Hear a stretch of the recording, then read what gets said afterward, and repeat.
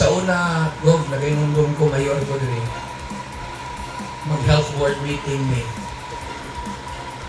It breaks my heart during that time na bisan ganit ko noong betadayin pa nagsabot dan box. Gov, naku ginamo kayo nga pasalamat.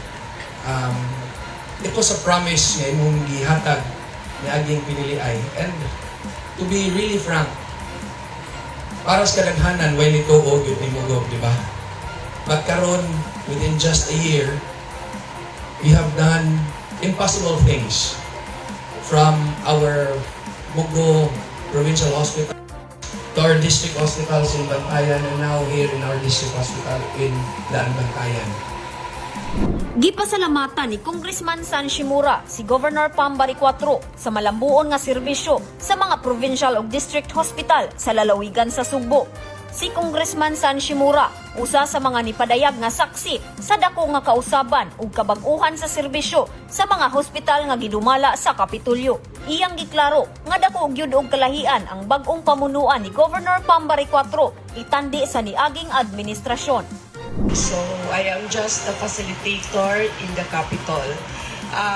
Basta lang, magpadayon ta, maghiusa ta, nalipay na ko ana. And also, I just want you to know nga inyong provincial government na ara, nagpaluyo ninyo. Si Governor 𝗚𝗚𝗡𝗠𝗣𝗥𝗢𝗡 Capital Piso Health Consultant Dr. Nikki Catalan ang nangulo sa groundbreaking sa 22,429,893.12 nga improvement project sa Daanbantayan District Hospital.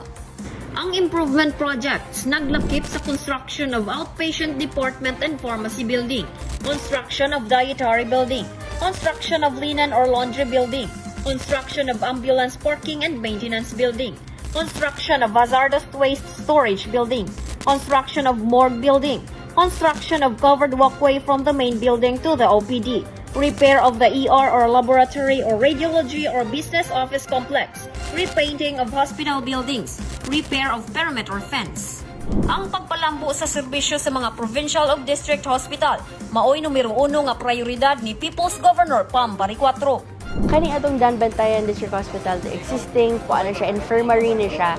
So ang kanina tanan natong improvement is aimed towards upgrade to level 1. Na mao na siya ang atong gikuan. So tanang mga kuwang para pang upgrades mo na atong gi-add-on. So to mas improve ang services nila diri og more services kay mo nang sige mag-emphasize important ang level up kay kung mo level up sila mas more man good na mahatag nila na healthcare services karon ko infirmary limited due to certain diseases o mapugos yun sila refer kay dili pa man nila kaya diri karon. Manginlabot, magpakabana. Ako si 𝗚𝗏𝗚𝗏𝗡𝗖𝗍, ato ang Sugbo.